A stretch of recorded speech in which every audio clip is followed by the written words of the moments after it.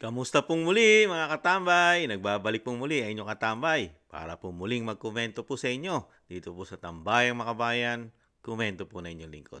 Ito po, umpisahan na po natin mga katambay. Komentuhan po natin itong third quarter ng approved trust rating ng mga matataas na opisyal sa ating bansa mga katambay. Yung kanilang approval rating and trust rating na talagang pakinggan po natin ang media mga tambay at masasabi ko sa inyo kung paano po talaga nila pinababango at pilit na pinakikita at pinaririnig sa atin sa mainstream media na napakagaling po ng Pangulong Marcos lalo po sa sinasabing rating mga katambay. Pero may twist po yan eh. May twist kung bakit. Alamin po natin, pakinggan po muna natin ang balita at komentuhan po natin kung paano po nila ginagawa pong tanga at bobo ang mga Pilipino, mga katambay. Nananatiling mataas ang approval at trust rating ni Pangulong Ferdinand R. Marcos Jr. nitong third quarter ng taon. Batay sa survey ng Pulse Asia na isinagawa noong September 6 hanggang 13, naitala sa 50% ang approval at trust rating ng Pangulo. Nakuha ni Pangulong Marcos ang pinakamataas na satisfaction rating sa Balance Luzon na 61% na sinundan ng Metro Manila at Visayas na 52%. Naitala naman ang pinakamataas na trust rating ng Pangulo sa Balance Luzon na 64%. Samantala, bumaba naman ang approval rating ni Vice President Sara Duterte ng 9% points sa 60%, habang ang kanyang trust rating ay bumaba rin ng 10 percentage points sa 61%. Para naman sa ibang opisyal, naitala ang approval rating ni Senate President Cheese Escudero sa 60% habang 56% naman ang kanyang trust rating. Nakakuha naman si House Speaker Martin Romualdez ng 32% na approval rating at 31% na trust rating. Isinagawa ang survey sa pamamagitan ng face-to-face interviews sa 2,400 na respondents sa buong bansa na may plus-minus 2% na error margin sa 95% na confidence level. Ayan po mga katambay na. Nakita niyo po, narinig po natin, di ba? Kung paano po nila i-twist at talaga pabanguhin ang Pangulong Marcos sa taong bayan. Di ba? Pero hindi naman po tangat bobo ang mga Pilipino. Kahit po ano gawin ng mainstream media, bagsak pa rin po yung kumpara mo sa Vice President. Kahit sabihin po natin na talagang sinasabi po nila na bumaba ang approval at trust rating po nitong third quarter ng Pulse Asia, mga katambay. Pero nananatiling pinakamataas pa rin po ang approval at trust rating ng Vice President, di ba? Yung approval niya sa trust rating nasa 60 at 61%. Samantalang sa Pangulo, 50%. Tapos sasabihin po ng mainstream media na bumaba raw po, malaki raw po ang binaba ng approval at trust rating ng Vice President. At nananatili raw pong mataas. Mataas daw po mga katambay. Mataas ang sa Pangulo na merong 50%. 50% ang kanyang approval at ang kanyang trust rating sa mga Pilipino. Pero hindi naman po naniniwala si Kamanong sa rating. Mahirap po kasing magtiwala rin sa rating dahil ang kinukuha mo lang figure ay 2,000. 2,000 mahigit, 1,000 mahigit. Hindi po ba? Hindi po pwede po na iyan 100% na tama. You know, yan kinukondisyon lang po natin ang mga kababayan natin itong itong mga survey company. Kinukondisyon mo lang na parang ito ang karapat-dapat dahil ito yung lumabas sa pulso ng bayan, pulso ng mga Pilipino na nagre-representa lang sa atin 2,000 katao lang para do sa isang damukal na butante ng mga Pilipino sa ating bansa, di ba? At hindi pa kasama mga OFW dyan. Sila po ba ay nagpupunta sa mga bansa na may OFW para tanungin ang pulso? Di ba? Ilan-ilan lang po yan. Sakay sinasabi nga ni Kamanong, hindi tatakbo ang isang kumpanya ng isang survey company nang hindi po gumagamit ng pera yan. Di ba? Saka marami pong nagsasabi, kahit nga po si Doc Willie Ong na marami rin po siyang gustong sabihin about po dito sa mga survey, di ba? Sa mga kumpanya nang nagse-survey po, di po ba? Dahil nga po di umano nababayaran, kung sino malaki bayad, malaki rin ang tsansa mo lumabas sa sa survey. Di po ba? Kaya magising na po tayo mga katambay, mga kababayan. Talagang kahit ano po gawin nilang pagpapabango sa Pangulo, talagang hindi po yan ramdam ng tao at nakikita po ng tao ang ginagawa po ng Pangulo. Nakikita po kung paano po siya tumugon doon sa talagang kailangan o pangangailangan ng Pilipino, hirap na hirap po siyang tugunan. At ang nangyayari po sa ating bansa, lumalaga na po ang problema. Nadadagdagan pa. Di po ba? Napakalaki na nga ng problema ng bansa, lalo sa kahirapan at kawalan ng trabaho. Dinadagdagan pa at dumadagdag pa ang problema ng bansa, lalo sa droga, krimen, at korupsyon. Di po ba? Tapos lalaki at tapos pababangoy ng mainstream media yung trabaho ng Pangulo sa mga Pilipino sa atin na napakataas at nagtitiwala pa tayo. 50%? 50-50 na nga yan. Di ba? Kung si Kamanong ang tatanungin, hindi makakuha ng 50% sa akin. Komento ni Kamanong, hindi makakuha ng 50% sa akin ng Pangulong Marcos kung ako ang ise-survey. Di ba? Kasi wala akong nakikita, komento na inyong likod, doon sa pangangailangan ng mga Pilipino pagtugon. Di ba? At yung mga pangako ng presidente, wala pang natutupad. Di po ba? Yung kanyang mga gustong mangyari sa ating bansa. Ang nangyari po, lumaganap ang korupsyon na natutuklasan mismo ng kapwa politiko ng Pangulong Marcos. Mismo ang Vice President Sara Duterte. Di ba? Talagang nakakita po ng laganap na korupsyon sa ating bansa. Tapos yung pagtugon, hindi matugunan yung pangangailangan ng mahirap at middle class. Anin mo na yung mayayaman. Mayayaman yan. Yung nasa middle class. Kaya nga mismo pong mga matatalinong tao sa ating bansa, nagsusuri. Nauubos na raw po halos ang middle class sa atin dahil sa hirap ng buhay at sa napakamahal na gastusin ng mga Pilipino. Di po ba? Hindi lang naman po presyo ng pagkain ang mahal pati po yung ating mga obligasyon katulad po ng pagbabayad natin sa kuryente, tubig at yung gasol na ginagamit natin para tayong makapagluto, ubod ng mahal, pamasahe. Tapos kakarampot ang sweldo ng ating mga pangkaraniwang manggagawa. Di po ba? Ang mapakalaki lang po ang sweldo at sinasabing may mga extraordinary mga politiko dahil may mga confidential fund pa. At extraordinary pa sila. Sila lang po ang umaasenso at umuunlad sa ating bansa. Mga politiko, mga katambay. Di po ba? Tapos ito, ibe-brainwash ang ating utak ng isang Pulse Asia. Kasama na po ang mga SWS dyan. Saka yung Okta Research Survey. Bine-brainwash po ang ating utak na napakagaling po ng pamamahala ng Pangulong Marcos sa ating bansa. Mga katambay. Hindi nyo ba? Nakakatawa lang po. Hindi na po mangmang at bobo ang mga Pilipino ngayon. Hindi nakapagpapataas ng rating ng isang halal ng taong bayan, lalo ang Pangulo, kung ang proyekto mo lang halos puro ayuda at kadiwa. Hindi nakapagpapataas ng rating yan. Dahil hindi po yan ang solusyon ng problema ng bansa, lalo sa kahirapan. Di po ba? Magpamigay ka ng hindi bababa sa bilyong piso. Isang probinsya pa lang pupuntahan mo. Kulang 1 bilyon o mahigit 1 bilyon na ang uubusin ng taxpayer. Solusyon po ba yon sa problema ng bansa at nakapagpapataas po ba ng rating yon? Pagkatapos po nung pinamigay mo, wala na. Balik na naman din sa problema. Kahirapan pa rin.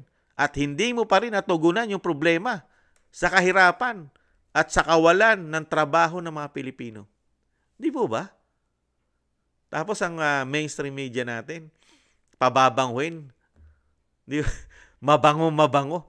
Tapos yung balita mo, yung balita ng mainstream media, 61%, 60%, nabababaan, bagsak daw at bumaba. Samantalang isa Pangulo na 50%, mataas.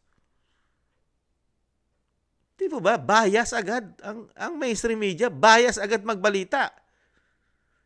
Tinalo pa nga, kung naniniwala nga lang si Kamanong sa survey, dahil hindi naman ako naniniwala sa survey, kung naniniwala nga lang si Kamanong sa survey, at tama ang pagbalita, kung tama lang ang pagbalita, mataas pa yung nakuhang survey ng Senate President sa Pangulo. Pero hindi po sinabi ng mainstream media na mas mataas pa ang survey ng approval at trust rating ng isang Senate President kaysa sa Pangulo ng Pilipinas. Hindi po yan sinabi sa balita. Hindi po yan ang pinagmamalaki ng mainstream media. Ang ipinagmamalaki po sa taong bayan at kay Kamanong at sa mga kababayan nating OFW ay nananatiling mataas ang nakuha lalo nitong third quarter. Meron pang figure na sinabi. Sa Luzon, Bisaya, pero hindi nabanggit ang Mindanao. Puro Luzon. Ang mataas daw ang Pangulo. Mga katambay. Pero yung sa BP Sara, kahit sabihin mo na kung ano-ano po ang ginawa niyong pagpapabagsak dyan at sinasabing demolition, job, political harassment sa pamilya Duterte, lalong-lalo na sa Vice President na kung ano-anong korupsyon ang kinabit nyo, ang ginawa nyo, gawa-gawa nyong issue na hindi nyo naman mapatunayan, ni hindi nyo maisampa sa Sandigan Bayan, sa Supreme Court nyo lang dinadala, sablay pa rin. At wala pa rin kayong mapatunayan. Pero siya pa rin ang pinakamataas. Kahit sabihin natin, di umano, na yung survey ay hindi talaga 100% na totoo, pero hirap na hirap pa rin kayo ibagsak ang approval at trust rating ng isang Vice President Sara Duterte. Hirap na hirap pa rin kayo. Di ba? Hindi ba napansin? Sa Okta, saka sa SWS, napakalalaki ng trust rating at approval rating ng Pangulo at ng Speaker. Bakit ngayon ang Speaker 30% na lang? 30% na lang po ang Speaker. Sa itong sinasabi nga ng Pulse Asia, third quarter, ito sinimulan daw po ito noong September 6 hanggang September 13. Samantalang sa Okta, napakataas na ng Speaker noong nakarang survey po nila na hindi na po bababa sa 60%. At ganun din ang Pangulo na siya pinakamataas. Pero, sinundan po ng SWS. Napakataas din po ng survey po ng SWS. Pero pagdating naman sa Pulse Asia, iba naman. Pati ang mga survey hindi magkakasundo. Di ba? Ibig sabihin, talagang hindi accurate at hindi 100% na totoo yan. Dahil mismo sila nagse-survey. Iba-iba ang kanilang figure. Di ba? Kung talagang totoo, ang sinasabi ang pulso ng bayan, ang survey mo, laging totoo yan. Laging pare-parehas po dapat yan. Dahil yun yung saloobin ng mga Pilipino. Hindi Dito sa isang kumpanya, napakataas. Dito naman sa kabila, hindi masyadong mataas. Dito naman sa isang kabila, merong mataas. Yung mataas, bumaba naman. At yung mababa naman, tumaas. Anong klaseng survey yan? Kaya mga kababayan, wag po tayong basta-basta maniwala rin sa survey. Ang paniwalaan po natin, yung isip natin, yung nakikita natin, yung damdamin natin. Anong klase bang mga politiko ito na naglingkod po sa atin? Lalo po yung mga senador ngayon, tatakbo po yan. 6 na taon pong naglingkod sa atin yan. Ano po ang nahita natin sa kanila? Hindi po tayo dapat tumingin sa survey. Tumingin po tayo sa ginawa nila, sa trabaho nila. Lalo yung mga representative natin. Tingnan po natin yung ating mga congressman. Lalo-lalo na yung mga party list. Ano ba nagawa ng party list sa Pilipinas sa atin? Napagbago ba ang buhay natin? Tumaas ba ang mga sweldo natin katulad ng sweldo nila?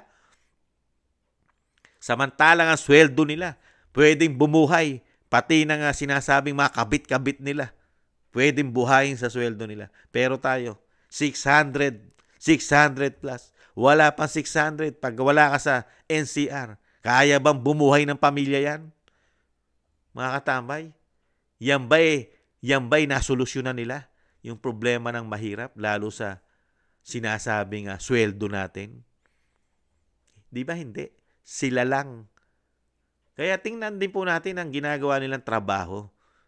Tayo ang boss nila lalo pagka halalan. Kayo ang boss ko. Kayo ang boss namin. Di ba? Mga boss namin kayo. Di ba? Pero ano ang buhay ng mga boss? Pulubi ang mga boss na sinasabi nilang boss nila paghalalan. Pulubi. Hirap na hirap pagkasyahin ang kakarampot na kinikita ng mga boss. Pero yung mga trabahante natin, nagsisiyaman, mga katambay, mga bilyonaryo, sumosobra na, umaapaw na mga pera sa kanilang bolt. Di umano, mga katambay. Silipin po natin. Yung mga trabahante natin, mga politiko, mga trabahante po natin yan Kaya nga po, binoboto natin. Di po ba? Ano po ang nahita natin, mga katambay? Lalo sa mga senador na gumagawa ng batas kuno at mga congressman na gumagawa at nagbabalangkas ng batas kuno. Napataas ba ng kanilang batas ang ating mga pamumuhay, lalo sa sweldo?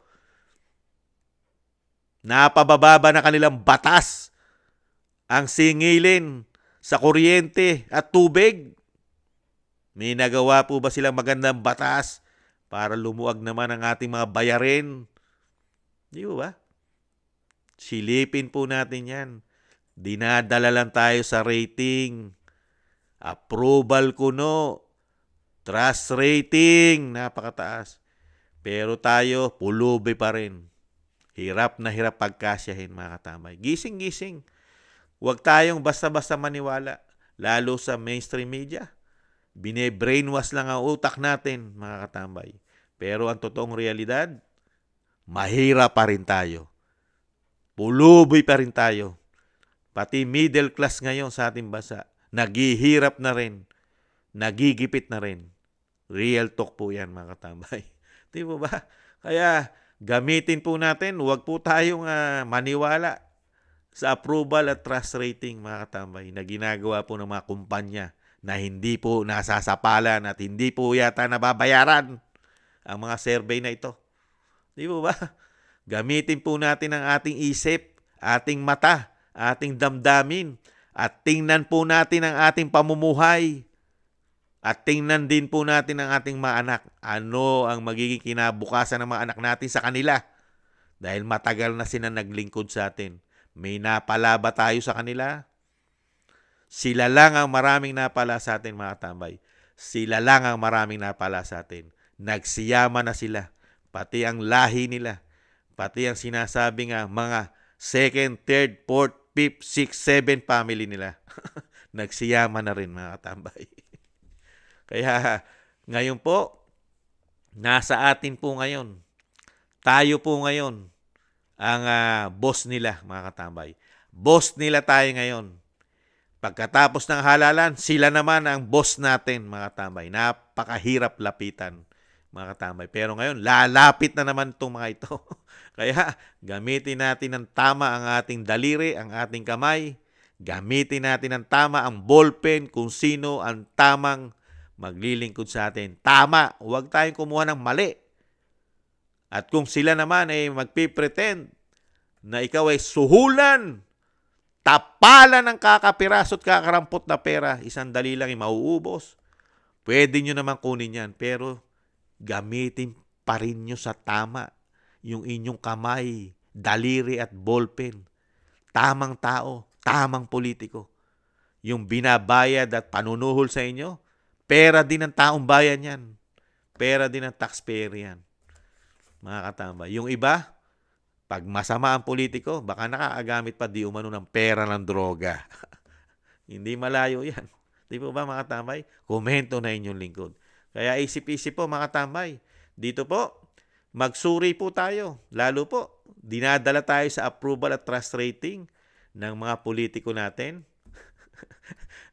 Hindi naman tayo bulag. Ang maluluko na lang po nito, mga bulag. Dahil hindi po nila nakikita ang nangyayari sa ating bansa. Pero tayong hindi naman po bulag, mga katambay, nararamdaman natin ang kahirapan, mga katambay. At meron pang isa tayong problema, di ba? Huwag naman sana. Pati yung giyera, huwag naman sana. Napakahirap na ng buhay. Tapos meron pa tayong nagbabadya na giyera sa ating bansa. Huwag naman sana. Tapos biglang napakataas ng approval at trust rating ng Pangulo. Samantalang yung mga isyong korupsyon, pati ginto natin, yung ating reserve daw na ginto natin, sandamukan nilang kinuha daw, tuni-tunilada. Biruin mo, nalaman lang natin na pumutok yan sa mga dayuhan pa, mga tambay. Ang nagpasabog pa niyan, mga dayuhan pa, na nawalan tayo ng ginto na reserve na isang damukal. Totoo kaya yan, mga katambay? Nagtatanong lang tayo. Nagtatanong po si Kamanong sa Bagong Pilipinas kung totoo na talagang kinatkong nyo, dinugas nyo, ninakaw nyo ang ginto ng sambayanang Pilipino. Totoo po kaya? Tapos, bigla nyo kaming tatapalan at ipamumukha nyo sa amin ang survey. Ang mga survey ay pamumukha nyo sa amin. Nakigagaling nyo. Kitataas ng approval at trust rating nyo. Samantalang mas mataas pa. Kahit sabihin nyo, binaba na ng survey ang survey ng isang vice president. Siya pa rin ang nananatili sa lahat na pinakamataas na opisyal. Di ba? Siya pa rin. Doon sa 3 o sa 4, siya pa rin. Presidente, Vice President, Senate President, at Speaker of the House. Siya pa rin ang nananatiling nasa top. Pero pagdating sa mainstream media, siya yung pinakamalaki daw ang binagsak at binaba. Unbelievable. 60%, 61%, malaki raw ang binaba. Samantalang yung Pangulo, 50%, siya yung mataas. Huwag nyo kaming gawing bobo at tanga. Mainstream media. Kaya hindi kayo pinakakatiwalaan ng taong bayan dahil sa mga ganyang, ganyang mga balita nyo sa mga Pilipino. Paano kayo paniniwalaan? Saan lumaki at tumaas yung 50% sa 60% at 61%? Saan tumaas yun? Kaya madalang na po nanonood sa inyo ngayon. Dahil hindi po kayo nababayaran, hindi po kayo nasusuhulan, hindi po kayo nabubusalan. Di po ba? Nakakalungkot lang. Ibang-iba na po ang lakaran po ng ating mainstream media. Na mga nakapag-aral naman ito. Saan ka nakakita na 50% ay mas mataas pa sa 60%?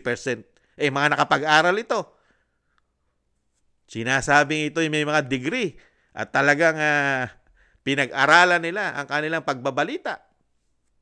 Pero pagdating sa numero, bagsak, mga katambay. Napakataas ng 50% kaysa sa 61% at 60%, mga katambay. Nakakalungkot. Talagang ginagawa pong tanga at bobo ang mga Pilipino. Hirap na hirap po nilang pabanguhin. Paano babango ang isang presidente? Napakaraming karga-kargang issue, lalo sa kanyang droga issue na hindi pa tinutuldukan. Yung droga issue mo pa lang, paano tataas ang survey mo dyan? Meron ka nga issue ng droga na hindi mo tinutuldukan, di umano. At meron ka na naman dinagdag ngayon, di umano, na ginto. Isang damuka lang ginto na sinasabi po na Talano Gold ng mga vlogger. Nasaan na yung mga ginto? Ngayon, nagnanakaw pa kayo ng ginto, di umano. Samantalang, isang damukal daw po ang ginto nyo. Puro tala-talano. Di ba? Nakakalungkot lang, mga katambay. Yung issue nga lang sa flood control, Maharlika. Hindi pa yan nagiging issue ng mga mainstream media. At yung pagkawala o paglipat ng pera ng PhilHealth. At yung issue rin po sa loto. At yung issue po sa institusyon ng Kamara at Senado na isang damukal na extraordinary. Tapos ipamumukha ng survey sa amin, napakatataas ng survey nyo. Parang yung sinabi po yan, ang bagay po sa inyong salita, yung sinasabi po na isang convicted na representative ng child abuse. Franz Castro. Sa inyo po talaga tatama yung sinabi niya na malabo pa kayo sa sabaw ng puset. Di po ba mga tambay? Muli po mga tambay, maraming salamat po sa mga nakagusto po ng ating maliit na tambayang makabayan sa YouTube at TikTok. At maraming salamat din po sa mga nagla-like, share, and subscribe at sa mga nananatili at nagtitiwala po sa inyong lingkod, Tambayang Makabayan. Komento po na inyong lingkod. Maraming salamat po mga tambay at sa muli, ingatan po tayong lahat mga katambay. Paalam. Bye-bye.